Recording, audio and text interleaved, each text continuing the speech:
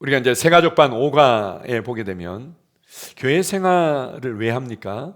교회 생활이 왜 필요할까요? 이런 질문이 있습니다. 그래서 우리가 뭐 여러 가지 이유들 해답을 말할 수 있겠지만 가장 큰 대답은 교회가 무엇인지를 알면은 교회 생활을 어떻게 해야 되는지가 나오게 되어 있는 거죠. 교회의 본질을 알면 그래서 교회 생활은 하는 거구나, 이렇게 우리가 알 수 있습니다. 우리가 이제 한 해 동안 함께 모였고 또 함께 또 예배 드렸고 또 셀로도 모였고 그런 1:1 양육과 멘토링도 하고 이 다양한 어떤 교회 생활이 있었습니다. 한편으로는 이것이 너무 익숙해지고 그리고는 꼭 이렇게까지 해야 되나 이런 마음이 들 때가 있는 거죠. 우리 왜 여기에 모여 있을까요? 왜 우리는 함께 모여서 예배 드리고 있을까요?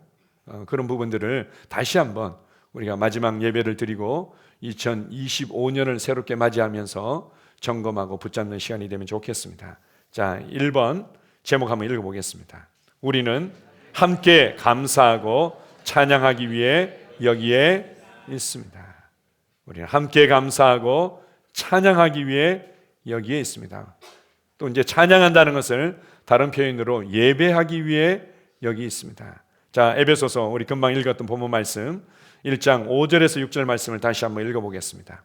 그 기쁘신 뜻대로 우리를 예정하사 예수 그리스도로 말미암아 자기의 아들들이 되게 하셨으니 이는 그가 사랑하시는 자 안에서 우리에게 거저 주시는 바 그의 은혜의 영광을 찬송하게 하려는 것이라. 하나님이 우리를 기뻐하셨습니다.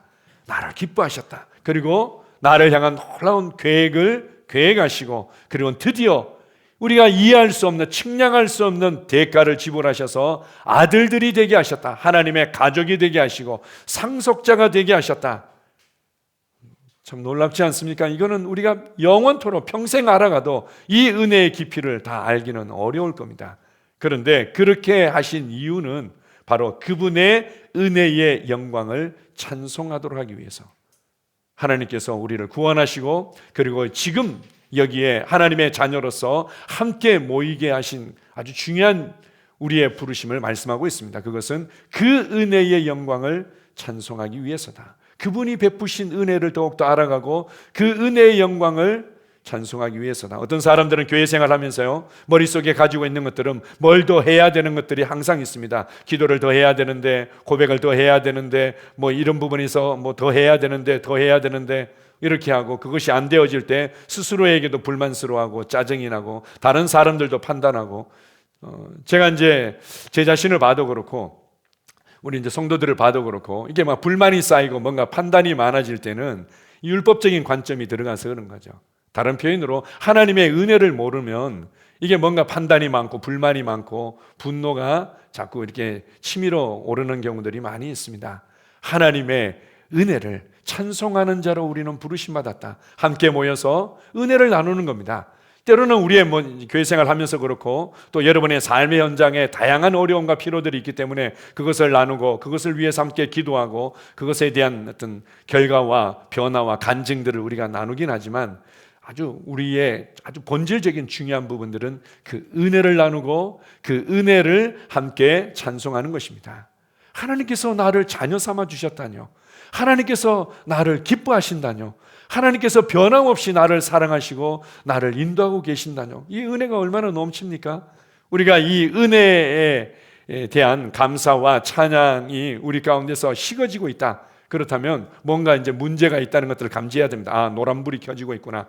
근데 예전보다 더 뭔가 감사와 찬양하고 예배를 즐거워하고 하나님의 임재를 즐거워하고 이런 수위가 계속해서 떨어지고 있다. 이 빨간불이 들어오고 있는 거죠. 우리가 왜 모이고 왜 함께 하는가?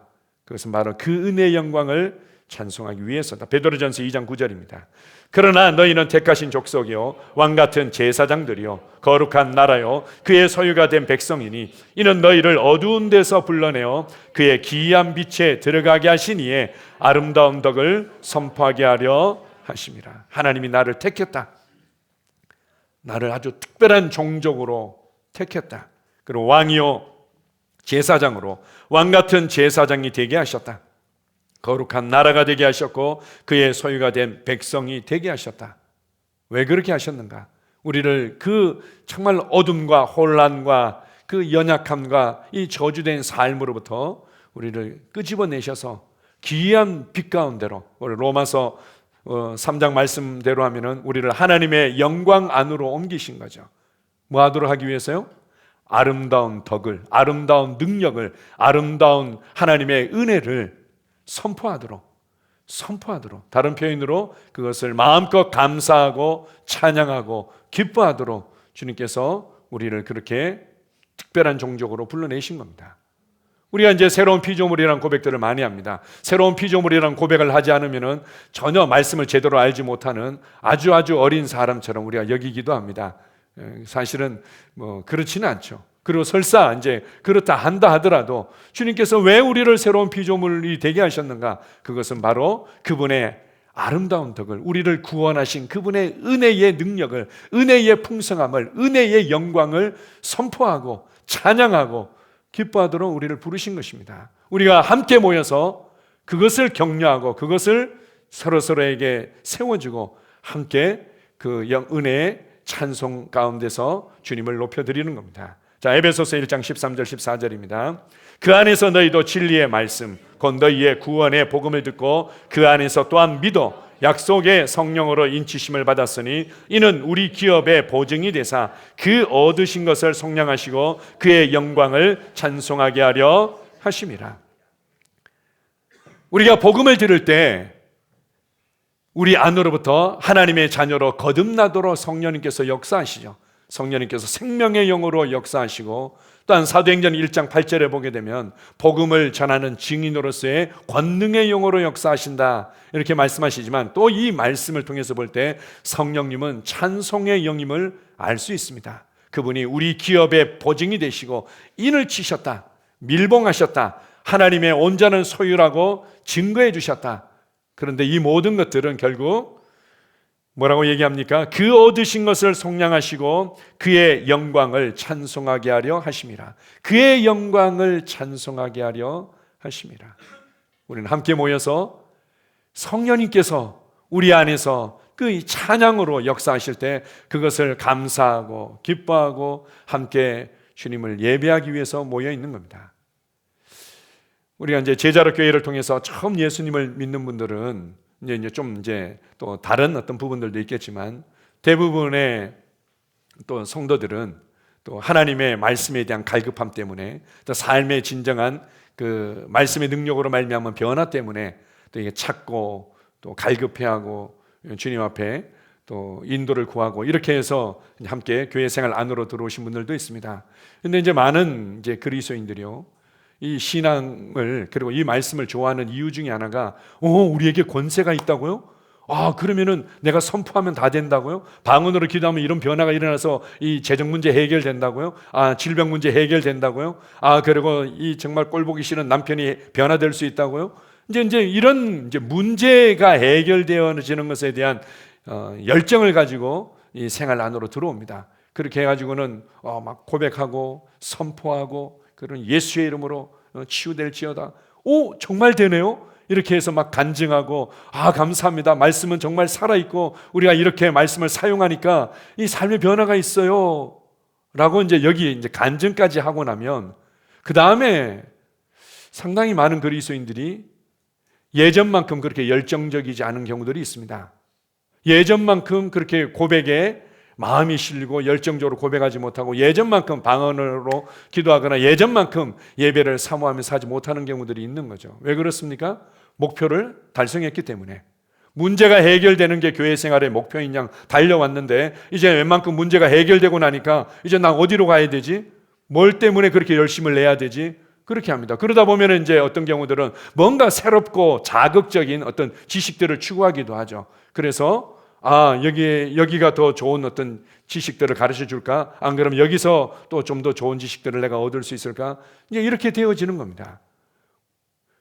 주님께서 뭐라고 이해하십니까? 우리를 문제를 해결받기 위해서, 물론 우리가 이 말씀과 함께 생각하고 말하고 또 말씀을 따라 믿음으로 반응하면서 계속해서 성장하고 전진합니다. 이제 그런 부분들이 있지만, 1차적으로 뭐라고 얘기하십니까? 설사 내가 원하는 목표들이 없다 하더라도, 내가 원하는 남편이 변하든 변하지 않든, 아내가 변하든 변하지 않든, 그리고 내 삶에 내가 기대하는 변화가 있든 없든 주님께서 우리를 그 은혜의 영광을 찬송하는 자로 불렀다는 겁니다. 우리는 그냥 언제든지 항상 감사하고 항상 찬양하고 항상 예배드리는 자로 서 있는 거죠. 성도들과 함께 모였을 때 예배하는 게 즐거움인 겁니다. 성도들과 함께 모여서 그 은혜를 나누는 것들이 즐거움인 거죠. 우리 그거 하기 위해서 모인 겁니다. 우리가 이제 교회 생활 하다 보면요, 여러 가지 뭔가 미흡한 부분들, 또 여러분이 볼 때 어떤 갈증들, 피로들, 어려움들이 교회 생활 가운데 있을 수 있습니다. 그렇지만 우리는 왜 모였습니까? 그것을 비평하고 판단하고 돋보기로 찾아내는 탐정이 되기 위해서 모인 것이 아니라 감사하고 찬양하고 예배하기 위해서 모여 있는 것입니다. 에베소서 5장 19절에서 20절입니다. 시와 찬송과 신령한 노래들로 서로 화답하며 너희의 마음으로 주께 노래하며 찬송하며 범사에 우리 주 예수 그리스도의 이름으로 항상 아버지 하나님께 감사하며. 자, 때가 악하다. 세월을 아껴라. 주님의 뜻이 무엇인지 분별해라. 그것은 바로 너희가 성령의 충만함을 받고 그 충만함 가운데 살아가는 것이다. 그래서 어떻게 하면 성령의 충만함을 누릴 수 있느냐? 시와 찬송과 신령한 노래들로 서로 화답하며 너희의 마음으로 주께 노래하며 찬송하며 범사에 감사해라. 또한 한편으로는 이것을 계속할 때 그 충만함을 유지할 수 있다, 이렇게 알려주고 있습니다. 다른 표현으로 성령은 찬양의 영이시고 성령은 감사의 영이시고 성령의 충만함은 우리를 찬양과 감사 가운데로 계속해서 우리를 이끌어 가십니다. 여기 보면 시와 찬송과 신령한 노래들로 서로 화답해라. 교회 생활은 시와 찬송과 신령한 노래로 화답하는 거죠. 제가 이제 이 성찬식에 대한 또 감동을 받았던, 제가 청년 때 잠깐 생활했던 공동체가 있었습니다. 거기는요, 성도 한 사람, 이제 큰 이제 교회는 아니고 어느 정도 이제 적당한 이제 사이즈로 이제 둥글게 앉아서 한 줄이나 두 줄 정도 그렇게 할 수 있는 이제 공동체였습니다. 그러다 보니까 성도 한 분 한 분들이 뭔가 이 그리스도의 몸으로서 건강하고 기능을 발휘해야 된다, 이렇게 해가지고는 거기는 아주 좀 독특하게 예배를 드렸습니다. 지금 우리가 경험하는 예배의 어떤 분위기나 형식과 조금 다르게 드렸는데요, 그 중에 하나가 누가 이제 감동을 따라서 찬송을 시작합니다. 그러면 함께 그냥 열정적으로 찬양을 부르고 나서 찬양이 끝나면은 찬양을 부르면서 있었던 그 찬양의 가사, 감동이 되어졌던 찬양의 가사나 또 영감되어졌던 부분들을 이렇게 막 선포합니다. 그렇습니다. 주님만이 나의 방패가 되십니다. 그렇습니다. 주님, 나는 주님과 함께 날아오르는 자입니다. 막 이렇게 하면서 이곳저곳에서 감동대로 막 이렇게 선포합니다. 이게 뭐 하는 것입니까? 서로 화답하는 거죠. 우리가 이제 기도할 때 가끔 이런 것들을 셀 모임에서 훈련할 때가 있습니다. 이제 셀 모임 할 때 하고는 찬양하고 나서 또는 기도하고 나서 감동을 따라서 주님을 향한 믿음과 사랑을 고백하며 선포하겠습니다. 이렇게 하면은 다들 그냥 누가 대표 기도 안 해주나 뭐 이렇게 있을 때가 있는데, 그때 이제 감동을 따라 선포하지 않습니까? 찬양을 하면서 함께 기도하면서 있었던 감동들을 여기서 이제 고백하고 또 여기서 고백하고, 그렇습니다. 주님이 나의 목자이십니다. 그렇습니다. 주님 나와 함께 하심을 감사합니다. 주님이 우리의 삶을 얼마나 신실하게 인도하시는지요. 뭐 하는 겁니까? 서로 화답하는 거죠. 화답하고. 기도할 때만 그렇게 하는 것이 아니라 찬양할 때도 그렇게 합니다. 우리가 전체가 모였을 때는 그렇게 하는 것들이 쉽지는 않죠. 그러나 이 소그룹 안에서, 셀 안에서는 이렇게 서로 화답하면서 감사하고 찬양하고 함께 예배하는 것입니다. 우리 그거 하기 위해서 모인 겁니다. 우리는 그거 하기 위해서 모였고 그 은혜의 영광을 찬송하면서 함께 기뻐하는 것입니다. 물론 우리가 영적으로 또 어릴 때와 성장에 관한 과정 가운데 맞닥뜨리고 있는 이제 문제와 어떤 피로들을 놓고 기도하고 그 결과들을 우리가 또 함께 경험하기도 하지만, 중요한 것은 그것이 있든 없든, 그것이 내가 기대하는 대로 되든 안 되든 우리는 모일 때마다 감사하고 모일 때마다 찬양하고 모일 때마다 예배하는 것입니다. 그것이 교회이고 그것이 우리가 여기에 있는 이유인 것입니다. 그래서 데살로니가전서 5장 16절에 18절 보게 되면은 항상 기뻐하라, 쉬지 말고 기도하라, 범사에 감사하라, 범사의 모든 일에 감사하라, 이는 너희를 향하신 하나님의 뜻이니라. 그리스도 예수 안에서 너희를 향하신 하나님의 뜻이니라. 자, 가끔 이렇게 기도할 때가 있습니다. 저를 향한 하나님의 이 뜻이 무엇인지 잘 모르겠어요. 우리 남편과 우리 가정을 향한 하나님의 뜻이 뭔지를 모르겠어요. 이렇게 기도할 때가 있습니다. 뭔가 어떤 특별한 어떤 방향들을 찾을 때도 있겠죠. 그러나 성경 뭐라고 얘기합니까? 왜 모르냐? 항상 기뻐하는 게 남편에 대해서, 너희 가정에 대해서 항상 기뻐하는 게 하나님의 뜻이야. 그리고 쉬지 말고 기도하는 게 하나님의 뜻이야. 범사에 감사하는 게 하나님의 뜻이야. 마찬가지죠. 우리 교회를 향한 하나님의 뜻이 무엇인지 잘 모르겠습니다. 왜 모릅니까? 항상 기뻐하는 게 하나님의 뜻입니다. 그리고 우리가 모든 일에 감사하는 게 하나님의 뜻인 거죠. 우리 자녀들에 대해서 하나님의 뜻이 뭔지 모르겠습니다. 뭘 모릅니까? 그냥 범사에 감사하고 쉬지 말고 기도하는 것이 하나님의 뜻입니다. 이것이 우리가 모여있는 이유인 거죠. 히브리서 13장 15절입니다. 그러므로 우리는 예수로 말미암아 항상 찬송의 제사를 하나님께 드리자. 이는 그 이름을 증언하는 입술의 열매니라. 찬송의 제사를 드리라고 말합니다.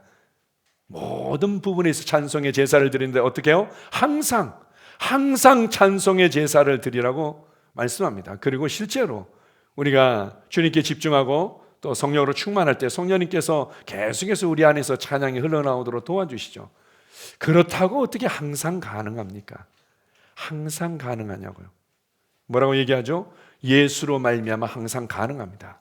그냥 내 느낌이나 내 판단이나 내 경험에 의해서는 항상 감사가 어떻게 나옵니까? 항상 주님께 그렇게 찬양을 올려드리기가 어렵겠죠. 그러나 예수로 말미암아 항상 할 수 있다는 겁니다. 예수님께서 내게 어떤 사랑을 주셨는지, 내게 어떤 구원의 은혜를 주셨는지, 그분이 내게 대체 어떤 분이신지, 그분이 나를 어떻게 인도하고 계신지, 이런 것들을 생각할 때 예수로 말미암아 항상 감사할 수 있습니다. 제가 이제 최근에 또 연말을 맞이해서 더더욱 제가 신동탄 지구촌교회 우리 목사님과 또 스태프들 그리고 장로님들 좀 생각이 많이 납니다. 너무 감사한 거예요. 우리가 쓰고 있는 것들이 뭐 그래도 그분들이 사용하신 부분이라고도 볼 수 있지만 그래도 기꺼이 우리를 위해서 이렇게 심고 가신 것들이 너무 귀하고, 우리가 일일이 우리가 다 이것들 다 세팅하려고 그랬으면 시간도 오래 걸리고 또 재정적인 또 많은 어떤 필요들이 있었을 텐데, 그런 것들이 너무 귀하고 너무 감사하고 너무 귀하지 않습니까? 우리가 이곳에 있는 이유는 이렇게 서로 감사로 화답하고 찬양으로 화답하기 위해서 있는 것입니다. 자, 두 번째 제목 한번 읽어보겠습니다. 시작. 우리는 함께 성장하기 위해 여기에 있습니다. 자, 에베소 4장 13절 15절입니다. 우리가 다 하나님의 아들을 믿는 것과 아는 일에 하나가 되어 온전한 사람을 이루어 그리스도의 장성한 분량이 충만한 데까지 이르리니 오직 사랑 안에서 참된 것을 하여 범사에 그에게까지 자랄지라. 그는 머리니 곧 그리스도라. 하나님의 뜻이 어디에 있습니까? 우리가 자라는 데 있는 거죠. 자녀를 향한 부모의 아주 가장 큰 어떤 뜻이 있다면, 마음이 있다면 그 애가 지혜롭게 건강하게 그리고 영향력 있게 자라나는 거죠. 자라가는 겁니다. 그래서 어린아이에 멈춰있지 말고 자라가라. 우린 자라가기 위해서 모여 있습니다. 우리 부모들이 가끔씩 그렇게 생각하고, 저도 이제 저하고 제 아내가 옛날 사진을 볼 기회가 있을 때 보면은 너무 애들이 귀여운 거예요. 이대로 머물러 있었으면, 하지만 그건 하나님의 뜻이 아니죠. 그들이 뭔가 뒤치다거리도 하고 또 더 많이 이렇게 아이들을 서포트하고 더 많이 또 아이들을 또 상담하고 또 훈육도 하고 이런 어떤 손이 가는 일들이 많이 있지만, 결국 하나님께서 우리에게 주신 그 계획과 이 가정을 향한 하나님의 계획과 부르시면 그들이 자라서 독립하고 또 다른 또 가정을 이루고 독립하고 그렇게 전진하는 거 아닙니까? 그래서 이제 결혼식 할 때도 항상 언급되는 게 내 부모를 떠나 아내와 합하여 한 몸이 될지니라. 그래서 어떤 면에서 독립한다는 것은 이제 부모로부터 부모의 문화, 가치, 추구, 열정, 돌봄, 섬김 이로부터 이제 독립되어지는 게 이제 사실은 이제 성장하는 이제 과정이라고 할 수 있는데요. 아이들이 성장하면서 사실은 손이 더 많이 가지만 성장이 좋은 것이고 성장이 유익한 것입니다. 교회 생활도 마찬가지죠. 우리가 우리끼리만 뭔가 모였으면 좋겠는데 뭔가 이제 좀 으쌰으쌰 할 만하면 또 이렇게 분가가 되어지기도 하고, 또 우리끼리 뭔가 같은 눈빛만 봐도 이제는 알겠고 또 어려움을 알겠고 기도하고 뭐 이렇게 좋은데, 또 새로운 사람이 들어오는 것에 대해서 뭔가 불편함이 있을 수도 있겠죠. 그리고 또 그들 중심으로 뭔가 이렇게 분위기를 맞추면서 섬겨야 될 때도 있고, 그렇지만 우리 그거 하기 위해서 모인 겁니다. 성장하기 위해서 모였죠. 한 분 한 분이 성장하도록 돕고 교회가 함께 성장하기 위해서 모였습니다. 자, 그것을 베드로후서 3장 18절은 이렇게 말합니다. 오직 우리 주 곧 구주 예수 그리스도의 은혜와 그를 아는 지식에서 자라가라. 영광이 이제와 영원한 날까지 그에게 있을지어다. 자라가라. 어디에서 자라가는 겁니까? 우린 자라가라 이러면은 여전히 또 그래요, 내년에는 내가 이런 것도 더 열심히 좀 해볼게요. 도움이 되죠. 그러나 어디에서 자라가라고 말합니까? 하나님의 은혜를 아는 데서 자라가라는 겁니다. 은혜를 아는 데서 자라가는 겁니다. 송구영신 예배, 우리 새해 맞이 감사 예배를 준비하면서요, 한 해 동안 있었던 교회의 중요한 사역들을 영상으로 이렇게 좀 같이 봐도 좋겠다. 이렇게 하면서 어떤 영상들이 있었고 어떤 또 사역들이 있었나 봤더니 올해는 특별히 더 올해 새롭게 시작한 사역들이 많더라고요. 올해 처음으로 했던 게 어와나도 새로 시작했죠. 그리고 네팔 단기 선교도 또 새롭게 다녀왔죠. 업그레이드 부부학교도 새롭게 있었죠. 그리고 예배당 이전도 또 새롭게 있었고, 그리고는 또 셀리더 수양회도 보니까 또 처음이더라고요. 이렇게 해서 새로운 것들이 너무 많이 있었고, 또 그것을 우리가 감당할 만하고, 또 교회가 그만큼 다음 단계로 전진했구나, 이것을 생각할 때 너무 감사하고 이렇게 하는데 주님께서 저에게 그런 감동을 주시더라고요. 이 모든 전진과 열매들이 어디로부터 시작되어졌는지 이렇게 주님께서 제 안에 감동을 주시는데, 그게 뭔가 하면 네가 하나님의 은혜를 이전보다도 사실적으로 알고 누렸기 때문이다. 그런 감동을 주시더라고요. 하나님의 은혜를 아는 데서 자라가는 겁니다. 뭔가 내가 이것도 하고 저것도 하고 이런 어떤 영적인 원리도 있고 저런 영적인 원리도 있고 우리가 체계적으로 말씀을 알아가는 것이 중요하지만, 주님께서 정말 자라가야 될 두 가지 부분을 언급해 주고 있습니다. 그분의 은혜를 아는 것에서 자라가는 겁니다. 그분의 은혜를 아는 데서 자라가면요, 온유하고 겸손해집니다.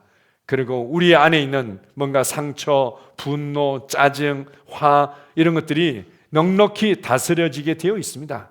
하나님의 은혜를 아는데, 그래서 그 은혜를 아는 데서 자라가고, 두 번째는 뭐라고 얘기합니까? 그를 아는 지식. 가장 중요한 그를 아는 지식은 성품이죠. 하나님이 대체 어떤 성품을 가지시고 하나님께서 그 성품을 기초로 해서 어떻게 영적으로 일하시는 분인지, 어떻게 행하시는 분인지 거기서 자라가는 겁니다. 은혜를 아는 데서 자라가고, 그분의 성품을 알고 그분을 아는 데서 자라간다. 우리 송구영신 예배 때 간증이 있을 텐데요, 우리 이제 간증의 내용 중에 제가 스포하는 것 같은데, 간증의 내용 중에 그게 너무 마음에 와닿았던 거예요. 참 이제 부부 관계 가운데 너무 어려움이 있었다는 거죠. 이 말씀을 알고 고백하고 방언으로 기도하고 선포해도 이 부부간의 문제를 이렇게 뛰어넘기가 너무 이제 어려웠는데, 그거 놓고 이제 주님께 내어놓고 계속 기도했던 거죠. 기도했는데 양육반을 하면서, 양육반에 하나님의 성품에 관한 내용이 나오지 않습니까? 그 하나님의 성품에 관한 말씀을 듣는데 자기 안에 아주 깊은 터치가 있었다는 겁니다. 특별히 이제 남편 안에 깊은 터치가 있어서, 그렇구나, 내가 성장한다는 것을, 내가 자라간다는 것의 의미들을 내가 정말 치우쳐 있었고 놓치고 있었구나. 그러면서 하나님의 성품을 알고 이 성품을 알고 누리는 부분에서 자라가는 거구나. 그러면서 남편이 너무 많이 바뀌었다는 거예요. 그러면 부부관계가 확 좋아지면서 발전했다는 고백을 나누고 있습니다. 당연한 거죠. 이게 바로 성장이고 자라가는 것이고, 우리 그거 하기 위해서 모여 있습니다. 하나 더 보겠습니다. 누가복음 7장 24절에 26절입니다. 요한이 보낸 자가 떠난 후에 예수께서 무리에게 요한에 대하여 말씀하시되, 너희가 무엇을 보려고 광야에 나갔더냐? 바람에 흔들리는 갈대냐? 그러면 너희가 무엇을 보려고 나갔더냐? 부드러운 옷 입은 사람이냐? 보라, 화려한 옷을 입고 사치하게 지내는 자는 왕궁에 있느니라. 그러면 너희가 무엇을 보려고 나갔더냐? 선지자냐? 옳다. 내가 너희에게 이르노니 선지자보다도 훌륭한 자니라. 예수님께서 침례 요한에 관해서 이렇게 증거해 주시는 말씀입니다. 사람들이 뭔가 갈급함을 가지고 그리고 대가를 지불해서 광야까지 갔습니다. 침례 요한이 있어서 그 광야까지 갔는데 내가 왜 왔는지를 잊어버리고 놓치는 경우들이 있는 거죠. 야, 너희들 왜 그렇게 대가를 지불하면서 광야까지 왔느냐? 흔들리는 갈대 보려고 뭐 경치 구경하고 지금 뭐 내가 이 자리에 있는데 얼마나 쾌적하냐 쾌적하지 않느냐 그거 보러 나왔느냐? 아니면 부드러운 옷 입은 사람들 뭔가 좀 나보다도 좀 잘 사는 것 같고 나보다도 뭔가 있어 보이고 그 사람들 부러워하고 질투하고 열등감 느끼기 위해서 왔느냐? 그런 사람들은 만나려면 왕궁으로 가면 되지, 귀족들 만나러 가면 되지, 광야에 왜 왔느냐? 말씀을 들으러 오지 않았느냐? 하나님의 말씀을 듣고 그 말씀으로 말미암아 돌이키고 그 말씀으로 말미암아 변화되기 위해서 오지 않았느냐? 그 말씀으로 말미암아 정말 하나님과 하나 되기 위해서 나오지 않았느냐? 이렇게 말씀하고 있습니다. 우리도 마찬가지죠. 우리가 이제 사실은 갈급함을 가지고 그리고 사모함을 가지고 다음 단계에 대한 갈망을 가지고 우리가 함께 모였습니다. 그래서 광야까지 나오는 대가를 지불한 것처럼 나왔습니다. 그런데 어떤 사람들은 흔들리는 갈대만 주목할 때가 있는 거죠. 흔들리는 갈대라는 것은 어떻게 보면은 뭔가 연약하고 문제가 많은 사람들이라 할 수 있습니다. 교회 생활 안으로 들어와 가지고는 항상 누구도 이게 부족하고 누구도 이게 문제고 왜 이런지 모르겠어요. 아니 뭐 왜 이런 일들이 여기서 있는지 저 사람은 왜 저런지 모르겠어요. 이 흔들리는 갈대를 보고 있는 거죠. 아니 광야에 왜 나갔니? 흔들리는 갈대를 보러 나갔느냐? 아니지 않느냐? 선지자를 만나러 그를 통해 선포되는 말씀을 들으러 가지 않았느냐? 그 말씀이 내 삶에 참된 변화를 일으키고 내 삶에 참된 지혜와 능력이 된다는 것을 내가 믿기 때문에 나오지 않았느냐? 부드러운 옷 입은 사람들 때문에 오는 사람들도 교회 안에 들어와가지고 항상 비교하죠. 그리고 항상 뭔가 열등감을 느끼는 경우들이 있습니다. 저 사람은 저래서 뭔가 잘 사는 것 같고 저 사람은 저러니까 뭐 저렇게 배부른 소리를 하는 것 같고 나는 아닌데 이제 뭐 하는 겁니까? 부드러운 옷을 입은 사람들 보기 위해서 온 게 아니죠. 말씀을 듣고 그리고 그 말씀으로 내 삶을 변화시키기 위해서 우리는 나온 것입니다. 그러면 거기에 집중하는 거죠. 그냥 거기에 집중하는 겁니다. 그럼 왜 그런지 모르겠어요 라는 말이 필요 없는 거죠. 이제는 아시겠죠? 왜 그런지 모르겠어요 하면 얘기해 주십시오. 갈대를 보러 온 것이 아니다.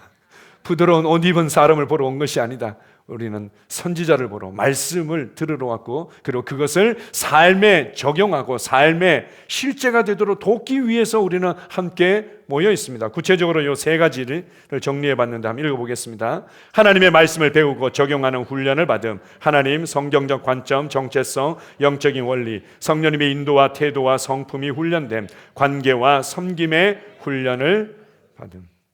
하나님의 말씀을 잘 배울 뿐만 아니라 적용하는 훈련, 말씀을 살아내는 훈련이죠. 그래서 사람이 겸손해지고 온유해지고 그리고 더 배려하고 존중하고 그리고는 말씀의 능력으로 실제로 내 삶을 다스릴 수 있게 되고 이런 것들을 우리가 아무리 열심히 듣고 배운다 하더라도 부족합니다. 그것은 실제적으로 삶에서 어떻게 적용했는지 이것들을 나누면서 격려할 때만이 우리 안에 장착되어질 수 있습니다. 천안에 우리 한 집사님께서 그런 고백을 하시더라고요. 자기가 올 한 해 1년 동안 변화되어진 것들이 그렇게 많이 배우고 추구하고 몇 년 동안 그렇게 갈급함을 가지고 배웠던 것보다도 훨씬 더 많이 변화되어졌다고 이렇게 고백하면서 그 변화 스스로 그렇게 고백하시더라고. 근데 자기가 이렇게 1년 동안에 많이 달라진 변화들을 돌아볼 때 그 변화의 원동력이 어디로부터 나왔냐면은 셀에서부터 나왔다고.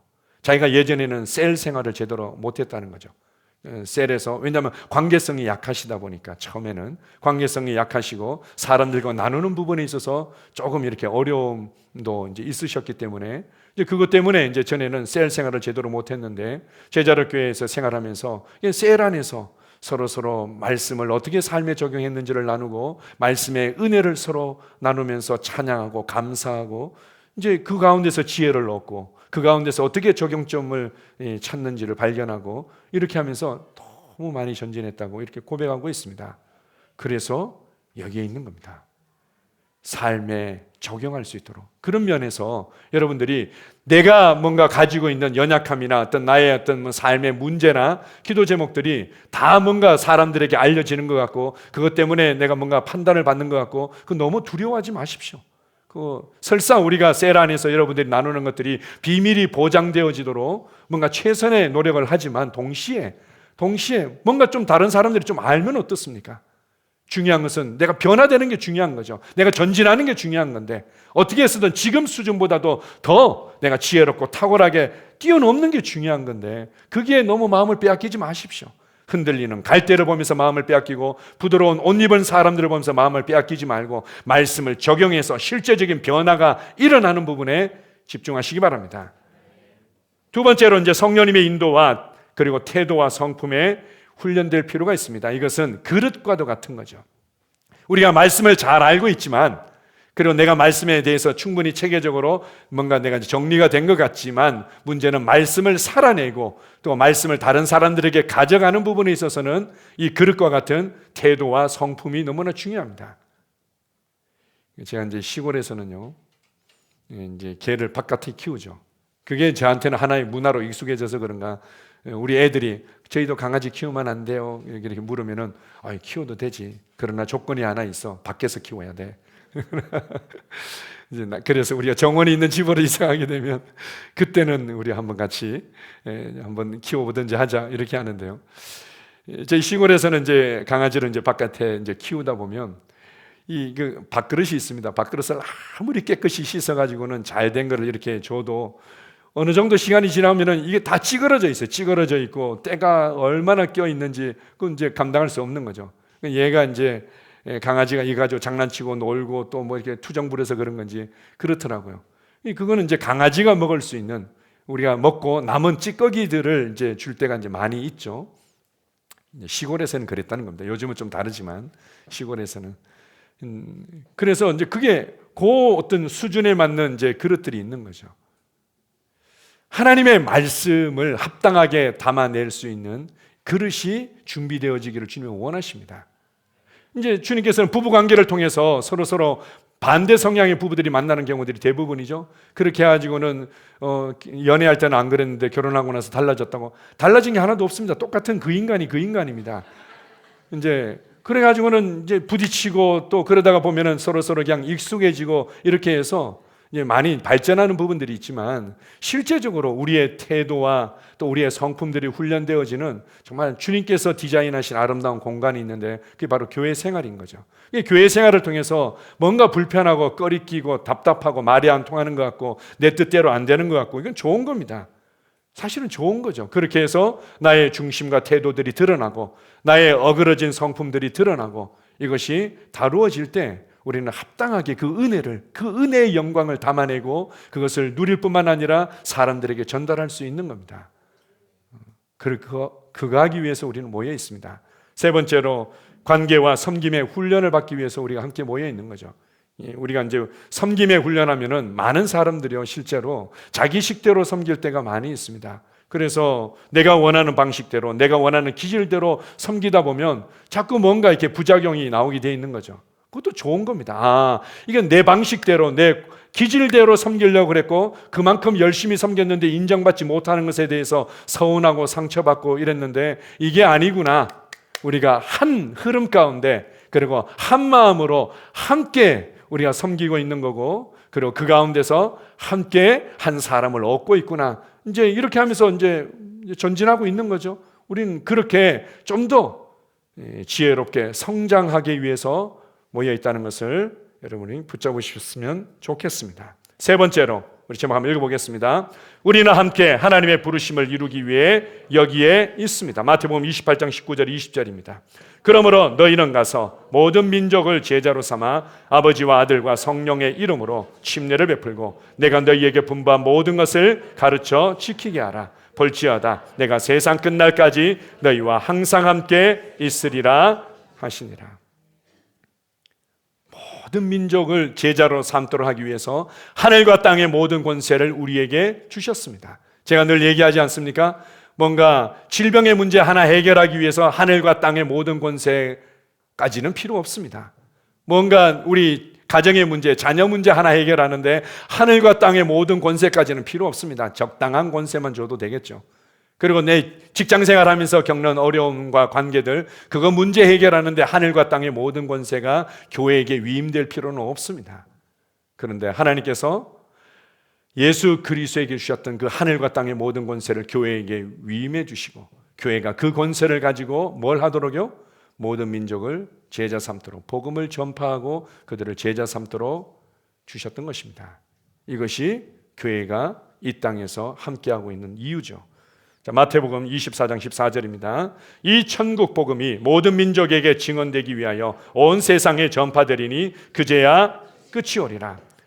이 하늘 왕국의 복음이, 이 천국 복음이 땅끝까지 전파되어져서 이제는 이 땅에서 뭔가 지혜롭다, 잘났다, 뭔가 이러면 될 것이다, 저러면 될 것이다, 이렇게 해보자, 저렇게 해보자, 뭐 이렇게 아주 인간이 만들어낸 이 많은 어떤 체제와 사상과 이론에 의해서 그냥 복닥복닥 실험하고 있었는데 그걸 이제 다 끝내고 평화의 왕, 참된 지혜의 왕이 다스리는 그 하늘 왕국이 이 땅에 펼쳐지도록 하기 위해서 천국 복음이 땅끝까지 전파되기를 주님은 원하시는 거죠.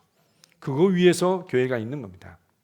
그래서 한편으로는 우리는 이렇게 함께 예배드리고 감사하고 찬양하기 위해서 있고 성장하기 위해서 있는 것으로 끝나는 것이 아니라 흩어지기 위해서 있는 겁니다.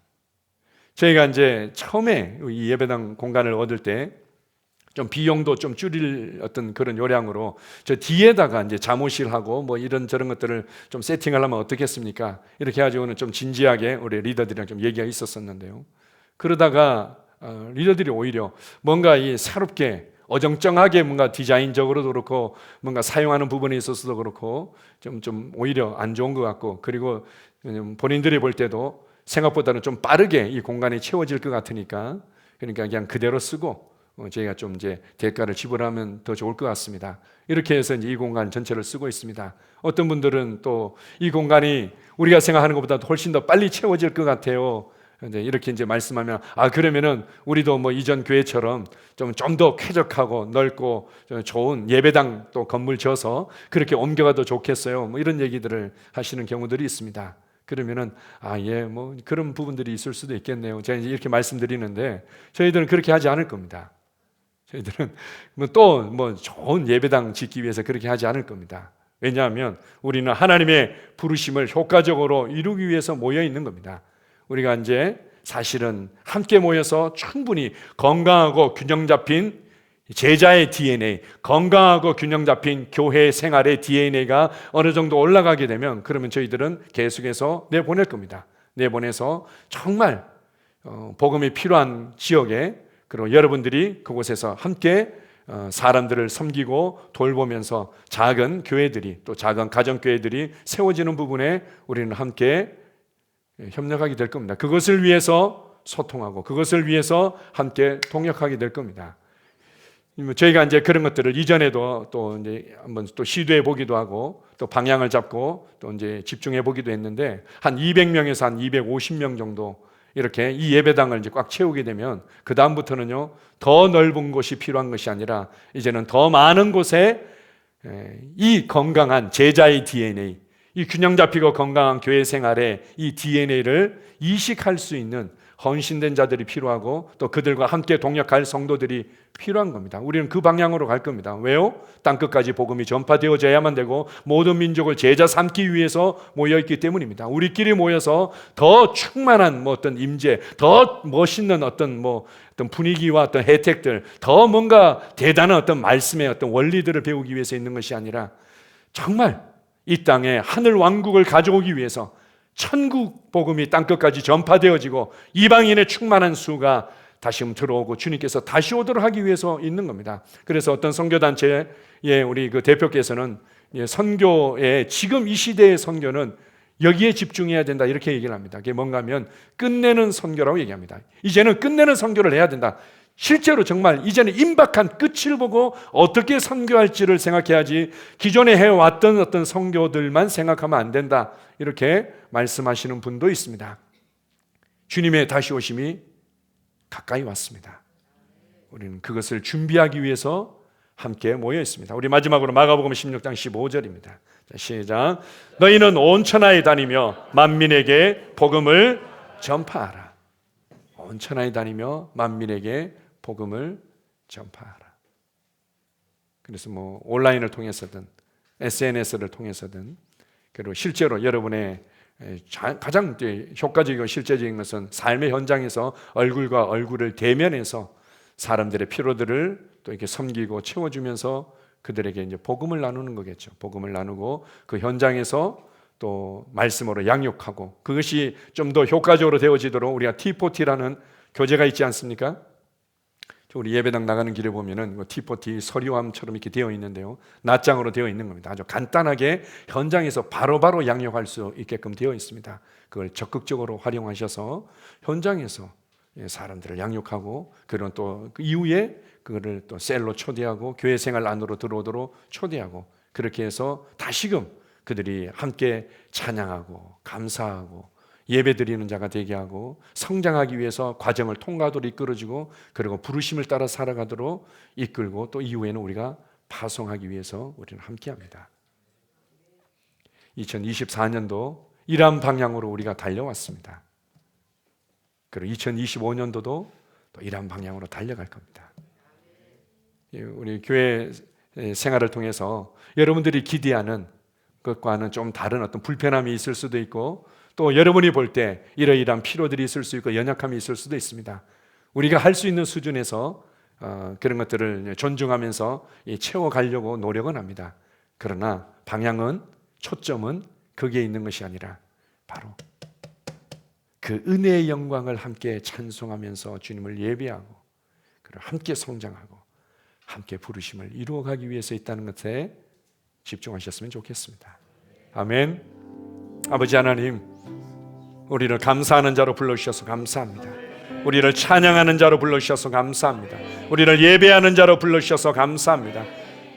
그리고 성도들과 함께 여기에 있는 이유는 바로 그 은혜의 영광을 찬송하기 위해서입니다. 시와 찬송과 신령한 노래들로 서로 화답하며 우리는 서로서로를 이 찬양으로 세워주기 위해서 있습니다.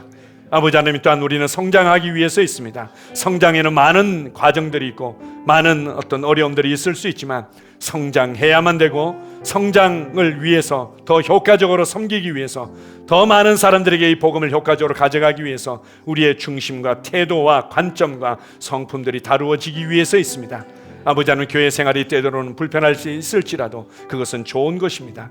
아버지 하나님, 우리는 내가 원하는 삶을 누리고 응답받기 위해서 있는 것이 아니라 성장하기 위해서 있기 때문입니다. 그리고 함께 부르심을 이루기 위해서 있기 때문입니다. 주님께서 오실 날이 점점 더 가까워오고 있습니다. 그것을 위해서 땅끝까지 복음이 전파되어지고 모든 민족을 제자 삼기 위해서 더 많은 곳에 균형 잡히고 건강한 교회들이 개척되어지고, 주님의 균형 잡힌 제자들, 지혜로운 제자들이 세워져야만 합니다. 이것을 위해서 우리는 함께 소통하며 협력하며 헌신하고 있습니다. 2025년도에도 힘있게 이 일을 위해서 우리는 달려갈 것입니다. 주님 감사합니다. 예수님 이름으로 기도합니다. 아멘.